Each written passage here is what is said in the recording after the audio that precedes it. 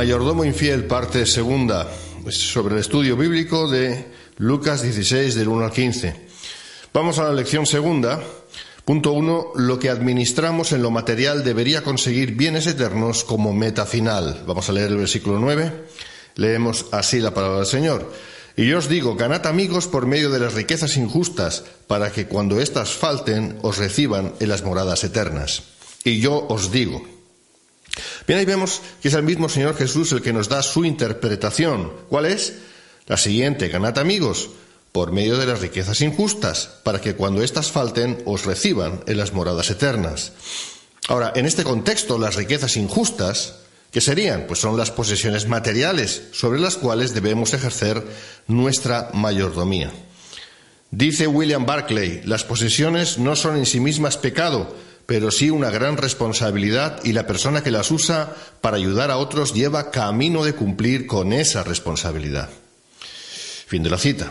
Bien, el mayordomo malo utilizó el dinero de su señor para sus propios fines, es decir, comprar amigos que a la postre le dieran algún beneficio, una estabilidad aquí en la tierra, insisto, por recibirle en sus casas y así poder seguir trabajando, etc. Ahora bien, la lección es que, en cuanto a nosotros, los creyentes, debemos utilizar los bienes materiales y de índole natural, ahí también incluimos los dones y talentos, ¿verdad? Todo lo que tenemos en esta vida, no solo para nuestro propio bien material, sino para el beneficio espiritual y eterno de aquellos a quienes Dios nos envía. El ejemplo de esto último lo podríamos obtener de la misma parábola que hemos leído, dándole una diferente versión. Imaginando que en vez de ese mayordomo que fuera malo, pues fuera un buen siervo de un buen señor. De ese modo, ese mayordomo hubiera estado usando los bienes de su señor para el beneficio de los deudores suyos, bajo la tutela y dirección de éste. Si contemplamos las palabras de Jesús en el sentido de eternidad, el resultado es el mismo. En este caso se trata de llevar la palabra del Evangelio a aquellos que deben escucharla, utilizando los medios naturales, es decir, dinero, trabajo, etcétera, como una inversión de cara a la vida eterna. Como escribe MacArthur, le cito ahora: el mayordomo malo utilizó el dinero de su señor para comprar amigos terrenales. Los creyentes deben utilizar el dinero de su señor de tal manera que puedan ganar amigos para la eternidad, por medio de invertir en el Evangelio del Reino, que lleva a los pecadores a la salvación, a fin de que al llegar al cielo, es decir, las moradas eternas, se encuentren con aquellos pecadores para que les den la bienvenida. Fin de la cita. Y en esta tierra las posesiones materiales deberán usarse, entre otras cosas, para hacer amistades en las que se hallan los valores reales y permanentes de la vida. O dicho de otro modo, lo que tenemos en esta vida deberá servir para producir bienes eternos en lo porvenir. Seguimos hacia la eternidad. Leemos: para que cuando éstas falten os reciban en las moradas eternas. Este versículo tiene otra acepción. Las posesiones materiales sobre las que tenemos que ejercer mayordomía son una oportunidad de ganar las verdades, o mejor dicho, las verdaderas posesiones que son las eternas. Leemos en Romanos 2, 6, 10. Cito: Dios pagará a cada uno conforme a su obra, gloria y honra y paz a todo el que hace lo bueno. Jesús dijo: no os hagáis tesoros en la tierra, donde la polilla y el orín corrompen, y donde ladrones minan y hurtan, sino haceos tesoros en el cielo, donde ni la polilla ni el orín corrompen, y donde ladrones no minan ni hurtan. Mateo 6, 19, 20. Creo que es claro, ¿verdad? Así pues, los tesoros en los cielos se hacen empleando bien los tesoros que administramos en la tierra. Esos tesoros en los cielos son reales, auténticos, y nunca se perderán. El mayordomo infiel solo pensaba en términos de esta vida, en esta tierra. El verdadero cristiano debe tener su mente en las cosas de arriba, donde está sentado Cristo a la diestra del Padre. Y es esto una cuestión de cantidad. Bueno, en términos materiales, parece que el que más tiene, mayor posibilidad de ser bendecido tiene en la eternidad. No obstante, eso no es así. No es la cantidad lo que cuenta, sino el amor a la hora de dar lo que cuenta. Estando Jesús sentado delante del arca de la ofrenda, miraba como el pueblo echaba dinero en el arca, y muchos ricos echaban mucho, y vino una viuda pobre y echó 2 blancas, o sea, un cuadrante. Entonces, llamando a sus discípulos, les dijo: de cierto os digo que esta viuda pobre echó más que todos los que han echado en el arca, porque todos han echado de lo que les sobra, pero ésta de su pobreza echó todo lo que tenía, todo su sustento. Esa viuda dio más que todos, de casi nada que tenía, mas aquellos ricos que dieron mucho, pero de lo que les sobraba, por lo tanto, poco dieron.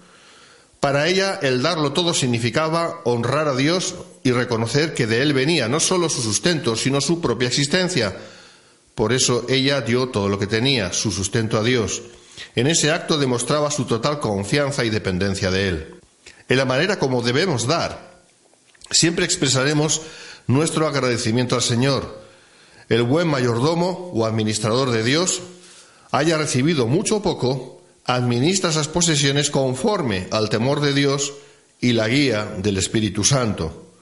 No olvidemos que ese principio de dar como santa inversión en esta vida y en la venidera se aplica no tan solo a las cosas materiales, sino a todo lo que demás hemos recibido de Dios. La cuestión es que si el mayordomo infiel trabajó tanto en su fraude y estuvo dispuesto a arriesgarse tanto delante de los deudores de su amo, y después ante su amo, sabiendo que fácilmente hubiera podido acabar en la cárcel, y todo por motivos absolutamente egoístas y pecaminosos, ¿cuánto estábamos nosotros dispuestos a hacer lo propio, pero esta vez buscando el agradar al corazón de Dios? Entendamos que la motivación auténtica y sana del servicio no es la búsqueda de la propia satisfacción y agrado de uno mismo, sino la santificación de Dios y su agrado. De ahí que solamente el verdadero Hijo de Dios puede obrar de tal modo. Jamás un impío, por muy bueno que pretenda ser. En esto debemos confiar, como debemos ser especialmente cuidadosos. Veamos una declaración de intenciones que no va de acorde al amor sacrificial, sino realmente al egoísmo inherente en cada uno de nosotros. Vamos a verlo. Cito: voy a esforzarme en hacer cosas para los demás para así conseguir librarme de mi egoísmo y poder ser un buen cristiano. Creo que así seré más feliz porque me aceptaré mejor a mí mismo y seré más aceptado por los demás.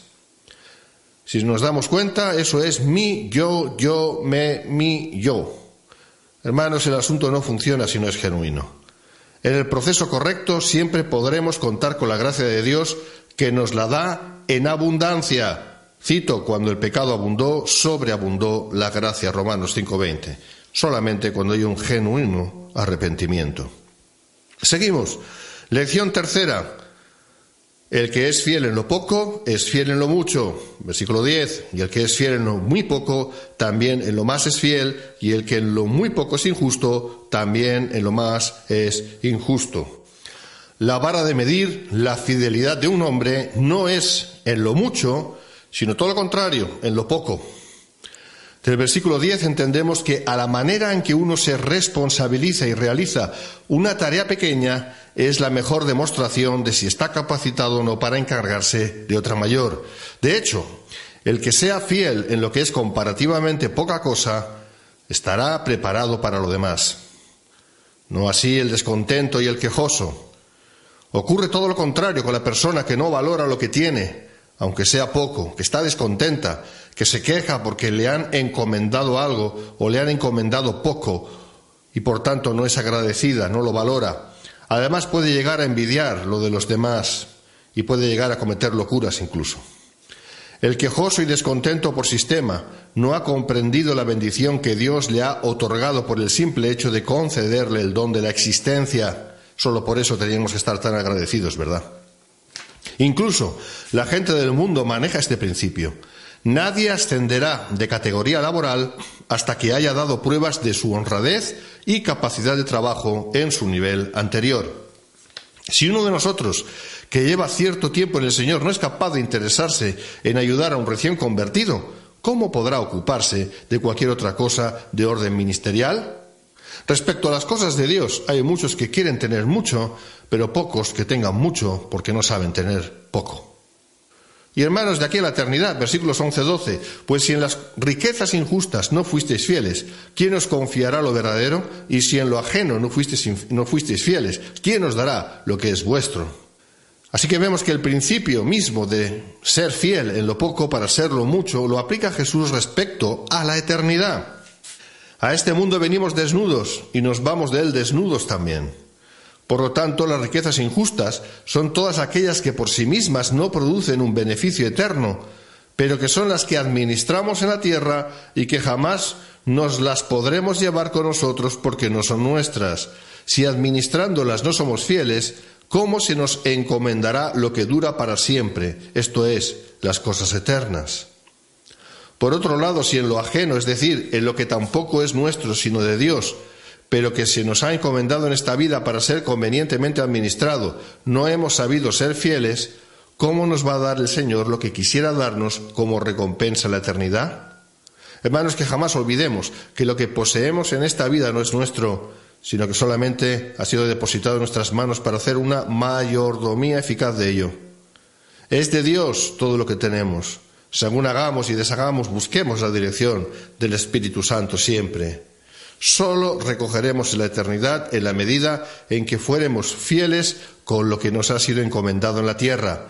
Lo que de Dios tenemos, no solo el dinero y las posesiones materiales, también lo que son los dones, talentos, tiempo, capacidades, fuerza, salud, palabra, inteligencia, experiencia, habilidades, sabiduría, preparación, deseos, etcétera, etcétera, etcétera. Todo ello, de todo ello tenemos que hacer una cabal administración en aras de la eternidad. Lo contrario es la omisión.